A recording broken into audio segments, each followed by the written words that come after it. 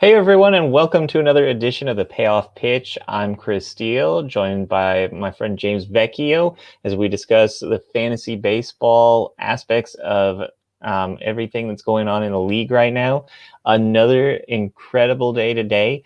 John Means gets a no-hitter, James, and John Means is not a guy I would have had at the top of my list of somebody who could get a no-hitter. Yeah, he definitely wasn't at the top of my list either, but neither was Carlos Rodon. Definitely Alec Mills was nowhere close. So it's happening. I mean, technically Madison Bumgarner and 2021 version of Madison Bumgarner is literally at the very bottom of the list. Like there's no other starting pitchers below him. And then he got a no-hitter, so anything's possible in baseball. With Bumgarner, how do you kind of make sense of that? Because it was a 7 inning thing. So it's kind of like, I think what Arizona called it was a notable achievement instead of calling it a no-hitter. And, actually, I think that language is pretty correct.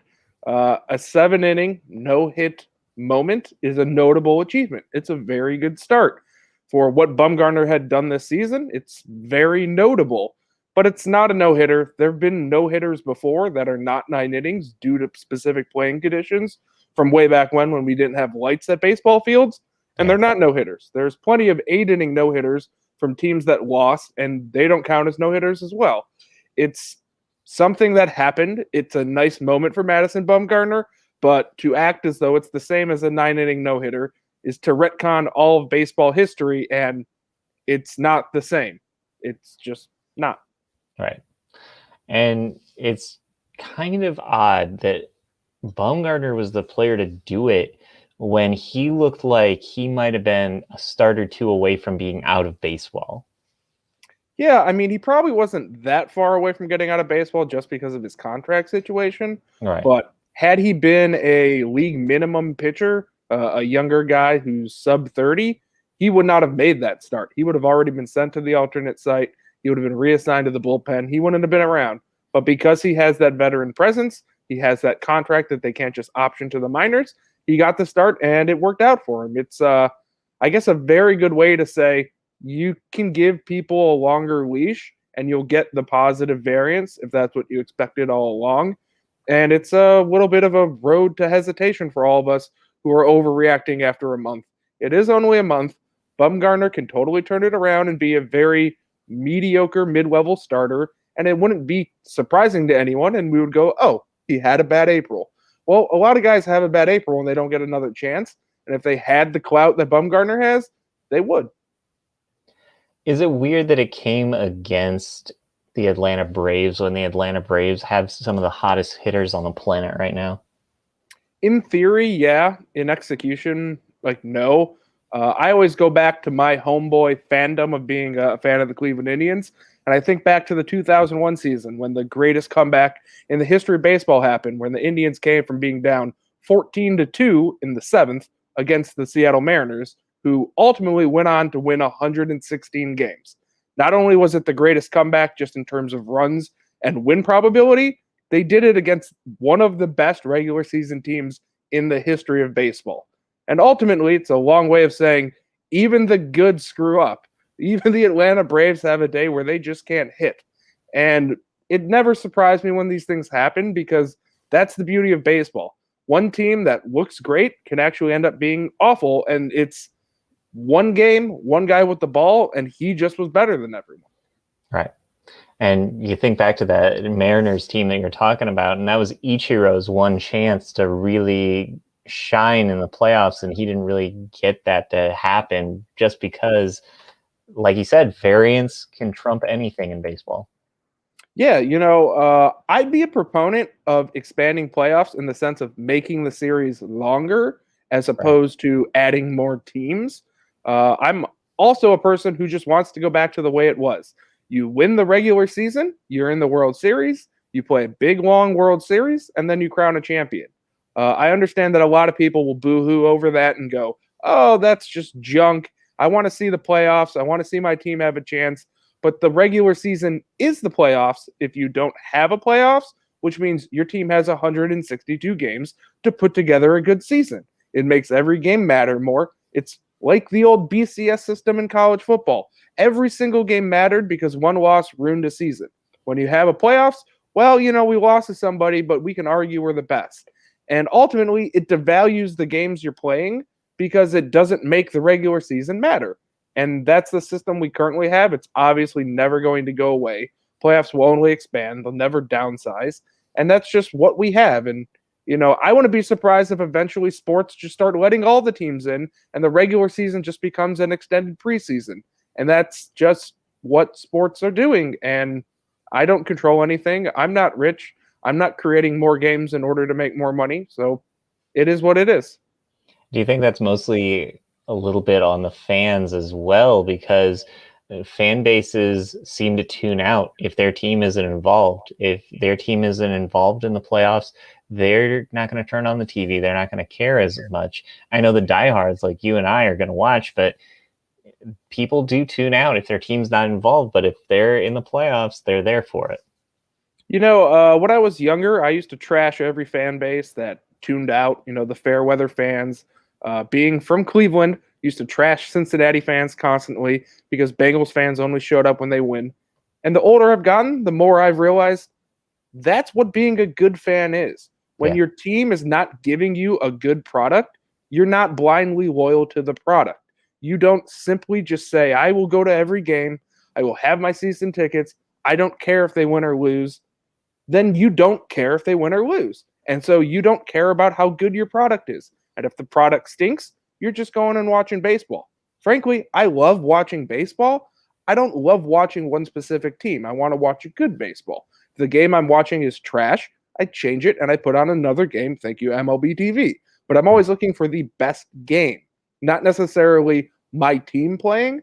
And if you refuse to change, you refuse to ask your team to put a good product on the field, they're not going to do it because the people in ownership don't care about putting a good product on the field. They care about putting money in their wallets. That's the system we have. It's the system that's going to remain forever.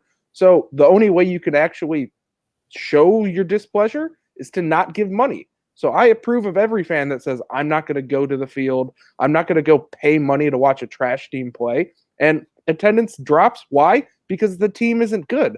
Get a good team and it'll go up. Mm-hmm. At the same time, though, you can't even watch it on MLB TV as much as we want to. We're blacked out in our area in 5 different major league teams, like just depending on where the games are. So it's just ridiculous at some point. That how does the blackout rule still even exist with Major League Baseball? This is something that's been a drumbeat for fans for seasons now, and nothing's changing about this. They keep acting like it's out of their hands when it's completely in their control. Well, it's not technically in their control because if they did it, they would upset the people who pay them the most money, which are the cable companies. Mm-hmm. And all of them are paying exorbitant amounts of money to get those cable contracts. And every franchise will shut their mouth and not care about their fans and not give anyone who doesn't have a contract with a cable company the product because they get all their money from the cable companies. It's following where the money goes. It's a sad but true fact. You get screwed because you're not in downtown of a major market, and that sucks. And the MLB literally says with their actions, they don't care. Yeah.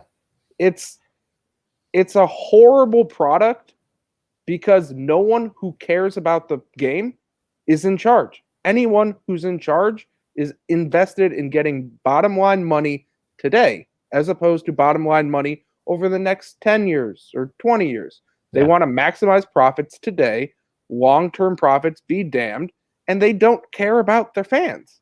It's awful. It's why sports are falling by the wayside and esports are growing because the people who run esports care about esports. It sounds so simple, but what you have to do is not follow the dollars. You have to follow the sport, and then the dollars will follow after that. But when you don't have that immediate impact, and you're a big wig who doesn't care about the sport to begin with, it's very easy to just say, no, I'm going to take my immediate dollars. And I didn't know that we were going to go on another ownership rant, but here we are, and it is what it is. I hate it. I complain about it. I put out a post every week complaining about it myself, but also it's not changing. It's reality, and it just reality sucks. The potential money, though, it seems like that's the easy win here. If they look to the future, that's where the money's going to be. If they grow the fan base, they make more money off the next contract. But like you said, they're more focused on the now. They're going to get those bucks while they can. Exactly. And if and when they ever dump the blackout rule, which I'm guessing they'll do when they have their next contract negotiations, all the fans who desperately want to watch those games will show up. They're only going to lose maybe 5, 10, 15%. So they just don't care. And it's just sad that the people who care about the product are the people that in charge don't care about. They're trying to get anyone who might eventually become a baseball fan, might start watching games more than once a month. That's who they're trying to get. They're always trying to get the next customer. The current customer be damned. Well, and MLB Advanced Media is making money hand over fist right now too, just because of the different avenues that they're able to do, the technology that they've been able to implement. They're making a ton of money off of these revenue streams that they never had before, but they're going to cry poor and claim that they just need to get the bucks while they can get them right now. You know what I really wish in my utopian society was? That there was a max earning cap. You could only earn $500 million a year. That's plenty, but you can't earn more. And suddenly when you're at that max and you would be earning more, what do? You start making decisions that everyone likes because you already have your max cap. Just like there'd be a max salary cap, there's a max earnings cap as well. You can't earn more than X. Just like college and universities can't earn more than X, which is why we see Alabama getting a new football field every 4 years. It's exactly, it's reinvesting in the product. It's kind of stupid that Alabama does that, and they don't pay their players. Again, we're all over the place today. But also at the same time, that would be great because it would actually introduce some sort of improvement to the game as opposed to just these blind moves that are supposed to create short-term cash. It's sad, but it's real. Yeah. And just looking at, kind of to get back to where we started a little bit, the pitchers that we've been looking at who have been exceeding this year in these no-hitter situations, like Bumgarner, like Means, these aren't guys we anticipated at any level. It reminded me a little bit of Philip Humber when he had the perfect game. Philip Humber was trash his entire career, except for one day where he got it all right. And he was considered a high prospect. He was a guy who was drafted very early, but he just never put it all together except for that one day. Is there anything to kind of take away from the greatest pitchers of our generations having these rare occasions? Like you'll see Scherzer, I think Scherzer has a no-hitter somewhere in there, but Kershaw, these other guys that we know that they're probably going into the Hall of Fame, they don't have these credentials that somebody like John Means has. Yeah, well, it's the whole Johnny Vandermeer thought process of, will anyone ever throw 2 in a row? Nope, but Johnny Vandermeer did. And you go back and you actually look at Johnny Vandermeer's career, and it wasn't bad. It was just pretty short. And you look at some of these great pitchers like a Kershaw who don't have a no-hitter, and it really gets to the crux of the problem where the goal isn't to no-hit your opponent. Yeah. Your goal is to get 27 outs without giving up a run. If you give up a few hits along the way, that's okay as long as you're mitigating damage. And it's a good way to think about baseball, that no-hitter is the result of great execution and luck. It's not actually the goal. It's what's kind of fun about baseball, and that's exceeding the goal. You don't care about getting 27 straight people out necessarily. It's obviously good, but that's not what you're trying to do.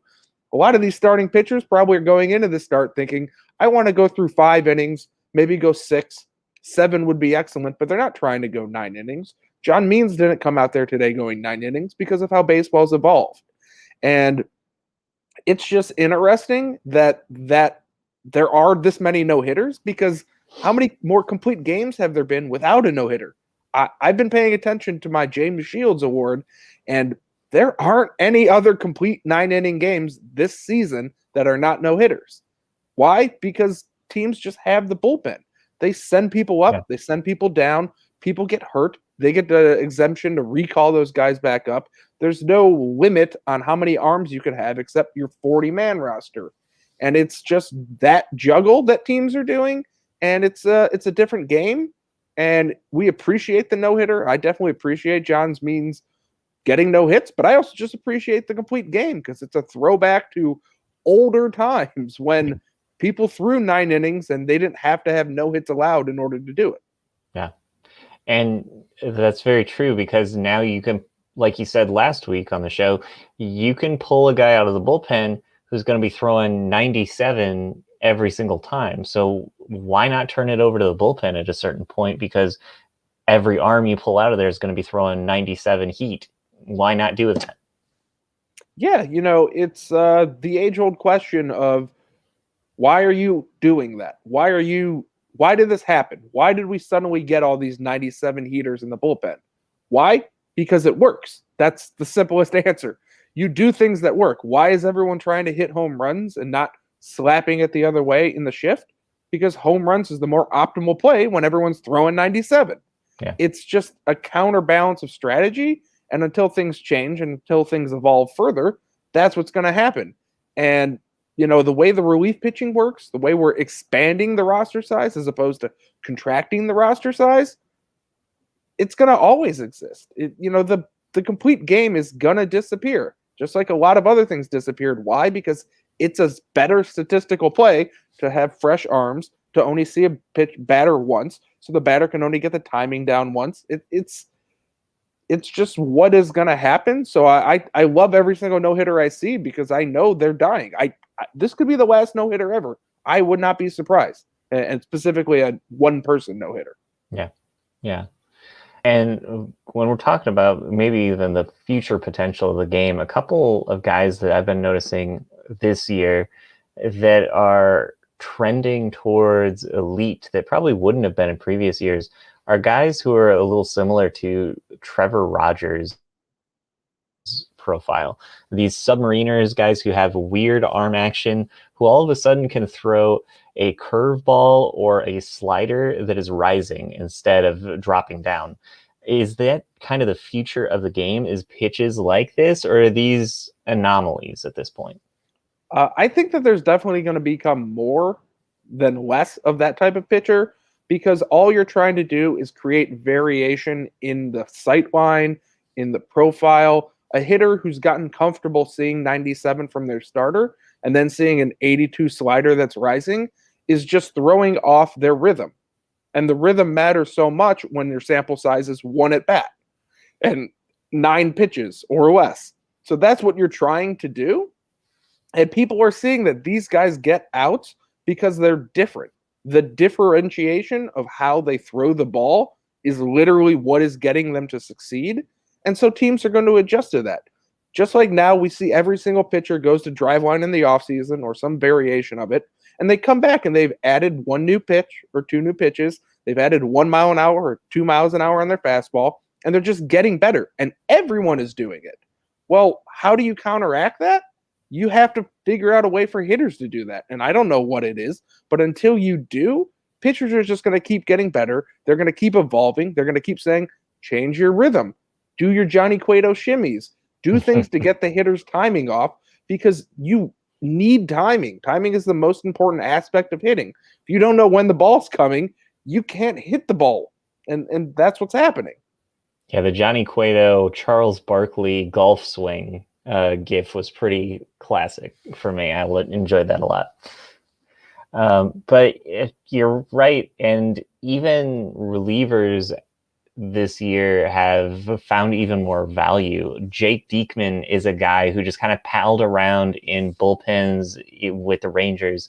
Now all of a sudden he's in Oakland and they trust him, and he's actually putting together a pretty good season. Yeah, obviously we're only a month in, so these bullpen stats are very limited, and he could end up being terrible. Right. But it's unlikely. Bullpen seasons happen when somebody gets hot. They usually just stay hot because their sample size is 50 innings, so they've already got 10 great innings, and that's how it goes. And, looking at it from a fantasy perspective, I want him on my team. Yeah, he's not the clear closer, but he should be getting enough save chances here and there to go with those excellent ratios, to go with those high K numbers, that he's worth rostering. He's also going to probably pick up some wins. He's going to be a guy who comes in the 10th when a pitcher goes long and it's extra innings, and he has those win opportunities. When you're playing in a 5-by-5, you want to get the best arms because the best arms pitch in the best situations. The best situations are close situations. Close situations get you stats. And that's how I see it. So I want him on my team. I don't know how many other people want him on my team. And usually I already have a full bullpen. But if I don't, I'm making that ad. And you wrote about Dylan Cease recently, and he's been one of the hottest pitchers on the planet here. Not really somebody I expected. I know he had profile when he was with the Cubs, a part of that Quintana trade.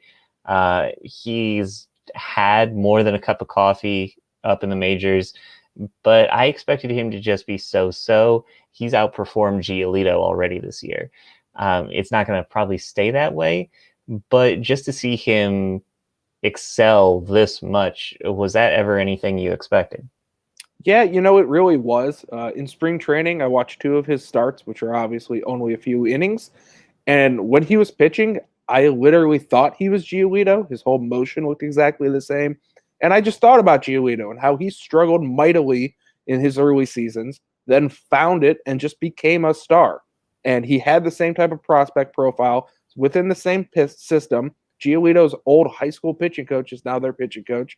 He certainly knows how to teach that. And when they look exactly the same to me, I got stars in my eyes. I said, "Oh, I like this a lot." It's not the greatest fantasy analysis in the world, but my eyes showed me that I really like what was going on here. I invested heavily in Dylan Cease.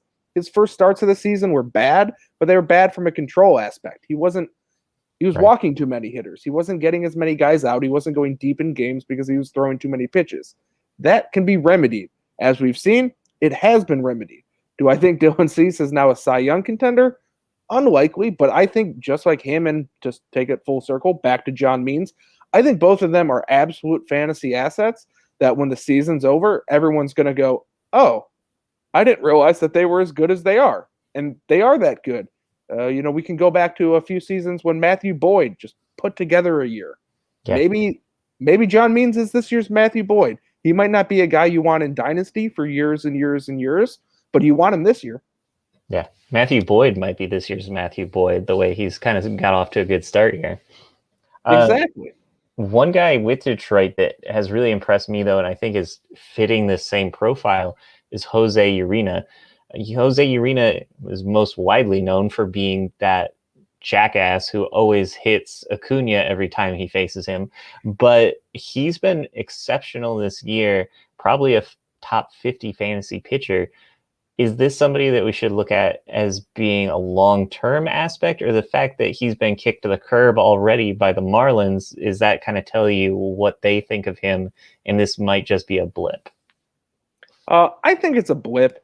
He plays against the AL Central. The AL Central is weak, even if he's on the Tigers. The rest of the division still isn't that great.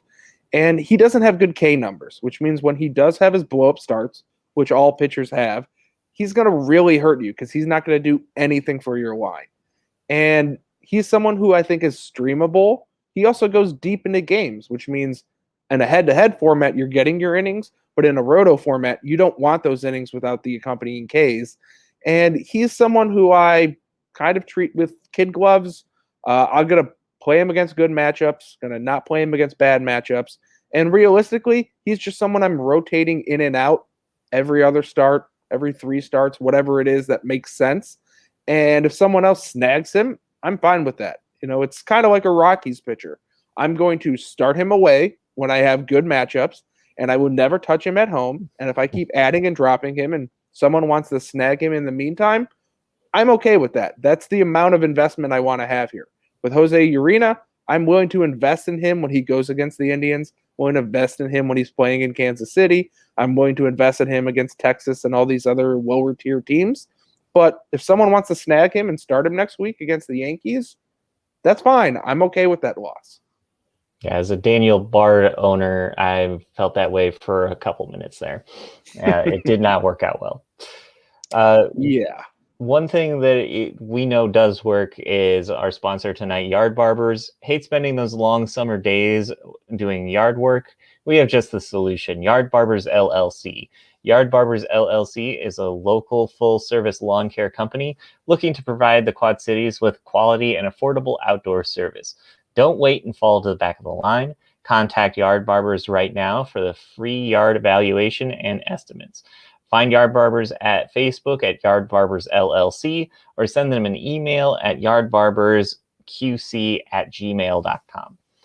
And James, one thing we were talking about Dylan Cease, one thing about the White Sox that I thought was going to be a blip, but I think has more long-term ramifications now is Yermin Mercedes. And Yermin Mercedes blew up that first week where it was like, where did this guy come from?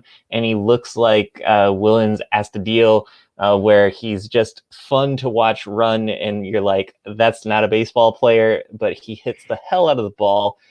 And he hasn't stopped hitting the hell out of the ball. Is this something we need to start thinking about more long term? Does he actually have some stock that we should put priority into? Or when Robert and, Eloy start popping back up, he's going to be, remember that couple of weeks we really liked Yermin Mercedes. I don't like saying it, but I just see a lot of parallels to Chris Shelton. That hot start that lasted, it wasn't just a hot week. It was a hot month. It was a hot 6 weeks. But Yermin Mercedes never did anything like this in the minors. He never blew up in the PCL. He was a good hitter. He was an on-base hitter. But he's not a guy who hits for power. He hit 23 homers in the minors in 2019.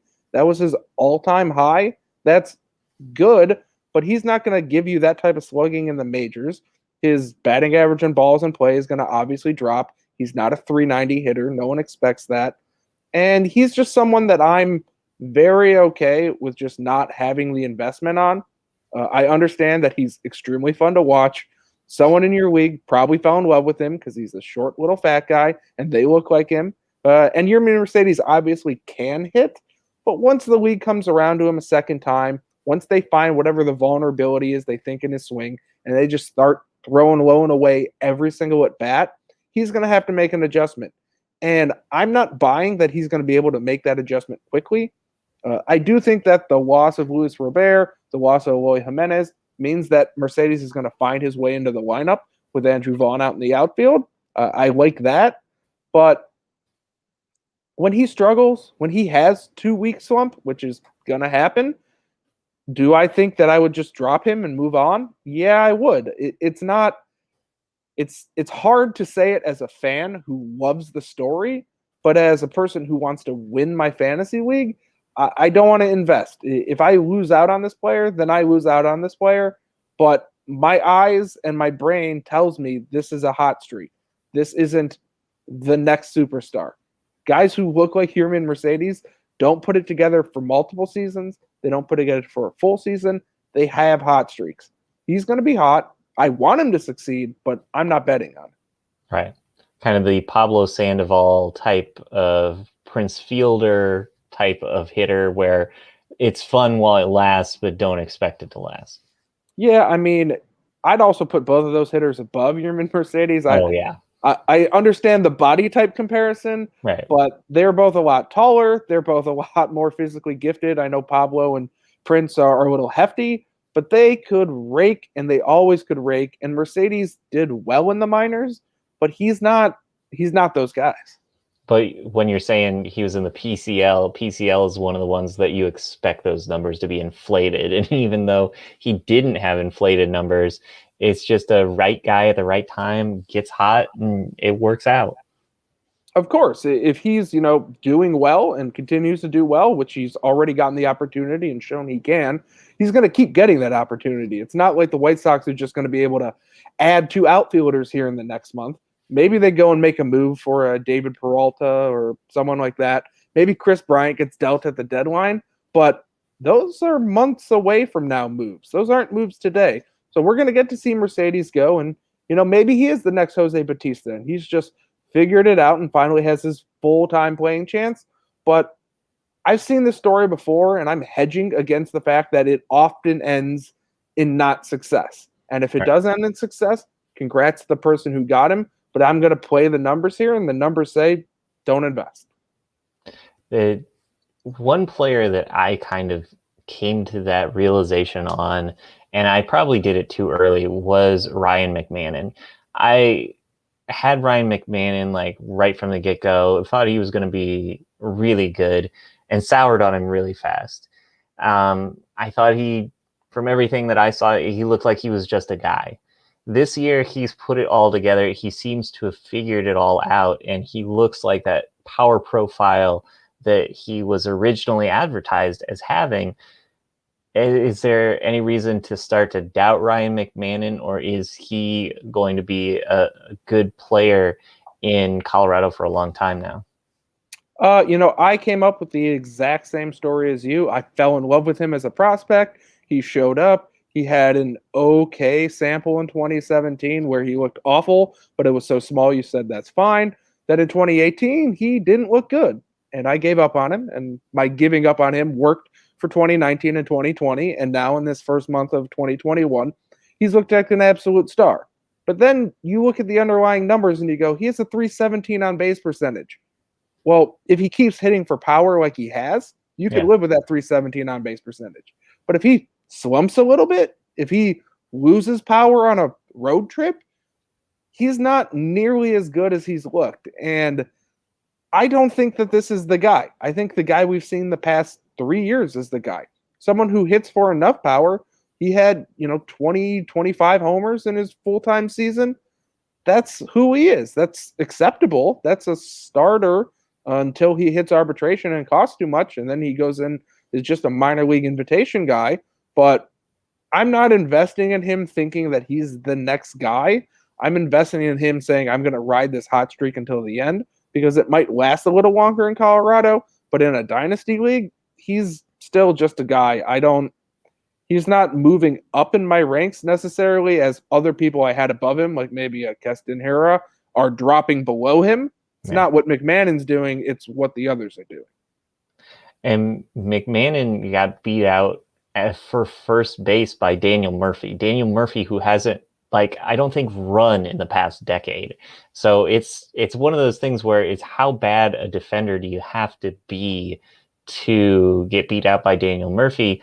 I know you want the bat, but at the same time, he can't play defense. And they said his defense was still better than McMahon's, which tells you maybe this is a guy who eventually ends up in the AL as just like a DH only. Yeah, I mean, I think teams kind of see him as a Max Muncy light in that you can play him some at first, you can play him some at second, you can play him some at third. You juggle him around based on whoever your pitcher is and what their tendencies are. You can throw him in at DH. He's kind of all over the place, and he doesn't really have a true home because defensively speaking, he doesn't deserve a true home. But if his bat plays, then it plays, and if his bat doesn't, it doesn't. Muncy's bat plays. I don't think McMahon's bat is going to play once he starts getting paid. Well, and you brought up Keston Hiura too. That's a guy last week that you said you're just done with him. He got sent down this week. It makes a lot of sense because they have healthy guys coming back, and obviously he needs something that just here and there playing time isn't going to give him. Is there something that he can show you after he does eventually get that call back up that would make you take note or start to be interested in him again? Do you keep him on a watch list to keep an eye on what he's doing? So if he hits a certain threshold, you're like, maybe I'll put some stock back into that? Or is the first base designation mean he's just out entirely for you? I mean, he's a player like a lot of players. Everyone is on my watch list, so to speak. I'm not ignoring anyone and writing them off entirely, but I would venture a strong guess to say that once he has his hot streak, once he comes back, if that happens, and he has a sustained ability for success, I'm still going to wait longer than somebody else in my league. Someone else is going to make that ad, so I'm not giving him much attention because I'm not ready to go, oh, he's had a hot week. Let's scoop him back up. Let's see if he's back. I don't think that that's going to happen. I don't want to bet on that happening. It does happen. Players have an awful April, get sent down, come back, and are fine. But it also happens a lot where they're not fine and they put up atrocious numbers and they continue to be bad. And he's just someone I don't want to invest in. It's as simple as that. It's I don't want to have to put my eggs in that basket unless I have to. And the only way I'm going to have to do it is if he just has this long sustained success and I go, his hand is too hot right now. I got to get him in my lineup. And if that's the case, someone else is probably just going to move faster than me. And that's all right. Yeah. Well, it certainly seems like it's going to be a gamble to bring him and put him back into your lineup or even have him on your roster. One good gamble, though, is Monkey Knife Fights, one of our sponsors. Monkey Knife Fight is a daily fantasy sports gaming website for the casual sports fan that is simple, fun, and easy to play. Users determine which superstars compete in the day's professional sporting events and will record more or less than the contested line provided. Monkey Knife Fight's daily fantasy prop games play similar to the salary cap-based DFS games, but without the algorithms, lineups, and most importantly, the sharks. There's several contests to choose from, none of which require hours of research required on competing sites. Start with a simple 2-on-2 or go for the highest payouts 100 times and higher by selecting an 8x8 more or less contest. Get started now with a 100% instant match bonus of up to $50 with promo code FFSQC. And since Colorado's been a part of the things we've been talking about tonight, James, how is Daniel Bard still the closer in Colorado? It doesn't make any sense to me. I've always liked Michael Givens. I know he's probably not a long-term closer by any means, but it just seems like he's a guy who has that pedigree to actually do the job. And when you have somebody like Bard who is flailing right now, why not make a switch? I mean, I'll give you what the answer is, which it does make sense to me, but it makes sense for all the wrong reasons. Colorado's management is stuck in about a decade ago. Yeah. So they're looking at Bard as just purely trade value. And they're going, oh, he stinks. But if he racks up some saves and has a few good outings and comes back and is all right, well, we can flip him to somebody because he has saves. And no teams think like that. It's absurd to think like that. But the Rockies are just trying to milk some sort of value out of him. So that's what they're going to do. And the reason they're not subbing in Givens is because Givens can be that middle relief guy who also they get value for. They're trying to maximize their value in their entire bullpen. They're not moving him. They're not moving to Robert Stevenson. They're just trying to maximize trade value, and they're just doing it in a very asinine and stupid way. But it's what the Rockies have been doing. They traded Nolan Arenado in a very asinine and stupid way. So it makes sense.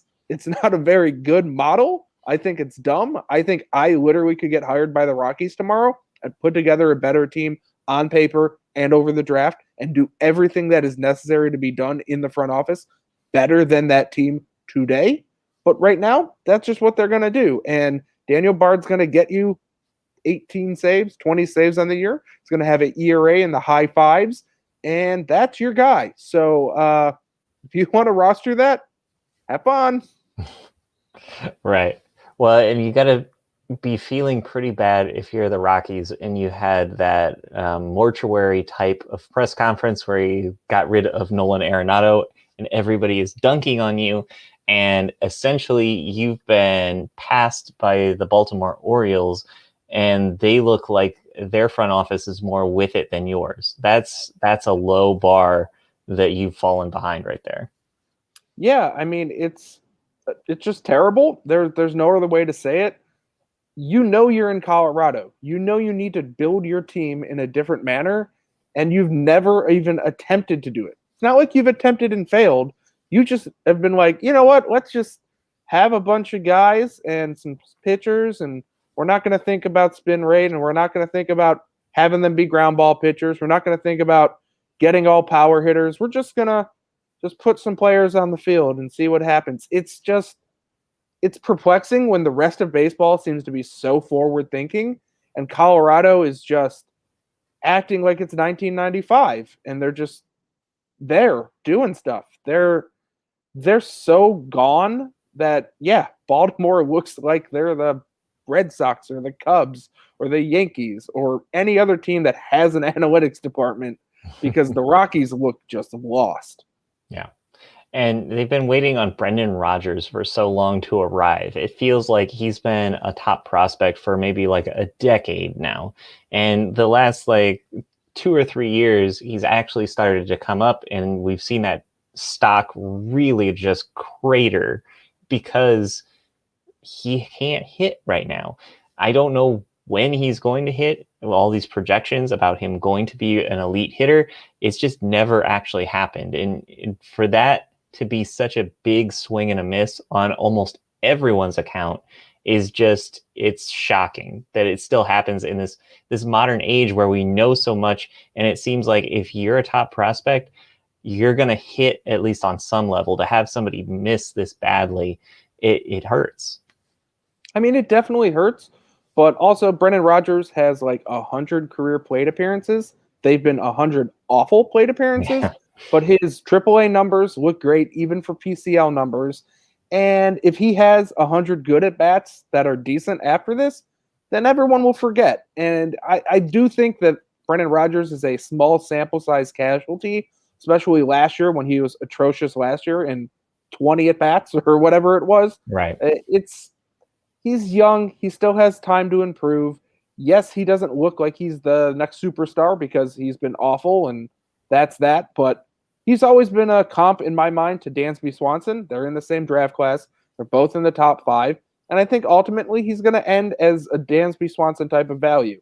He'll have a little bit better of a bat, a little bit worse of a glove, and he'll be fully adequate. He's never going to go and join the superstars, but he'll be fine. I'm not entirely worried because at a minimum, he's going to play once he's healthy. Right. He's going to get those at bats, and he's going to show us whether he's a star or whether he's not a star. And that's really all you can ask for as a fantasy manager with a player in Colorado is at bats.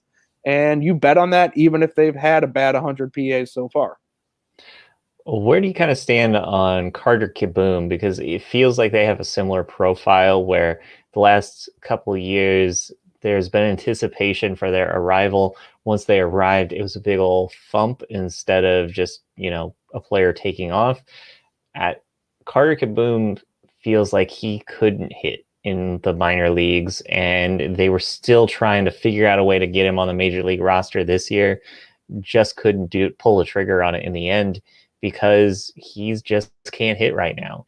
Is that somebody you're looking to kind of sway for like a keeper league in anticipation of he might figure it out and might be worth it in the long run? I mean, I think at this point his value's cratered enough that you can get him as an add-in or throw-in, and you can wait and see if you have that type of roster space. In terms of what I'm projecting he'll eventually be, is I'm projecting he's not going to be anything special. But of course, I don't know that much about prospects, and neither does whoever owns him in your league, whoever's going to trade him to you in your league. No one really knows. We could have a Ryan McMahon situation where he just shows up, or a Colin Moran situation and he just shows up. I do think that he's never going to play shortstop in the bigs. He's going to be a third baseman, second baseman, first baseman, which limits his value. So I don't like him nearly as much as Brendan Rodgers, but as a guy who I want to just give up on because he's looked bad in a small set of sample size and he's clearly under age 25, I'm not going to do that just because I understand that everyone ages at different levels. Everyone grows into a player at different speeds, and maybe, the COVID season really ruined him. That's a possibility. I'm sure there's somebody out there who's going to come back who was awful in 2020, and they're going to say, yeah, it really just messed with me. My timing was off. I didn't get the reps that I was used to. Not playing minor league games just destroyed me, and I lost a year. And that could be what's happening. I'm not going to bet on it. He's not high up in my prospect rankings by any means, but it's just hard for me to write off someone that young with that type of profile at some point. Look at Byron Buxton. We wrote him off for a long time, and now suddenly he's 27 and being a star. Is Carter Kieboom the same thing? No, I don't think he is, but I could be wrong. A weird thing that you mentioned that, because I was thinking today about Marcell Ozuna, and he was one of the hottest players on the planet last year, kind of just overshadowed by Freddie Freeman and how good he was. But Marcell Ozuna was great last year. He shows up to camp this year and he says he can't get his swing timing down all of a sudden. And it's taken him until right about now, a month into the season, to actually look like a competent baseball player again. Do you think just 2020 was just that weird for players that it could throw somebody off that much? Or is this just a weird occurrence for a talented guy where he had a month that was bad? I mean, I think it's just, he's a combination of his 2020 season and his 2021 start. He's a very good player. He's a nice player. But that variance, when you add it all up, is actually who Marcell Ozuna is. He's a solid outfielder who's not a perennial all-star, but is very good as your number 2 outfielder and could be a great player in the 6 hole or wherever he is in the Braves lineup. If he's the best outfielder on your team, you're kind of in trouble. That's not good. He's a Jonas Cespedes level player of he's good. He might go on an amazing hot streak. He might have an all-star game or two, but he's not this world beater. He's very much a guy in the world of good guys, if that makes any sense. Yeah, no, I get that. Well, and to bring it back to Colorado one more time, Ramil Tapia is a player that I thought was just a guy. This year, he's been pretty good. He doesn't look like he should have a real power profile, but he's managing to actually do pretty well for himself. What's your kind of take on him? Is it just being in Colorado is going to give him value in itself, but do you think there's a little bit of something to this? Can he kind of be like McMahon, like we're talking about, where he'll surprise some people? I mean, he's an outfielder who has a little bit more on-base skills, so that's nice. But I don't believe in his power profile at all. I don't think he's going to be more than a 15-homer guy. He's already got 4, so that tells you what I think about his rest of the season outlook. I think he can give you the average. He can give you some runs, but I'm not jumping all over the waiver wire to go grab him. I get the Colorado factor. I get that he's looked good now, both in 2020 and this year, but his profile screams to me, I don't like it. And, maybe I miss out. Maybe he's the next Charlie Blackmon, and he's just figured it out after a few years of not figuring it out. But I'm okay with missing out on him. And it's a long-winded way of saying this because I've said it multiple times already, but there's certain players that you just have to be okay with going, I don't like this. I don't have all the data to prove exactly why. I don't have all the exit velos lined up on all the specific pitches. I'm just looking at an overall sample and putting in the amount of time that I'm willing to put into fantasy sports. And I say, I can't add all of these outfielders, so who do I have to eliminate? And I want to eliminate the guys whose profiles I just don't like. I don't like someone who had as long of time as he did in Colorado where he just didn't hit for power. So the fact he's doing it now in 100 plate appearances, that's cool. And if he becomes a star, that's fine. But I'm just not betting on it to happen. And someone else can go make that bet, and I will be very late to the party. And next year I can reassess.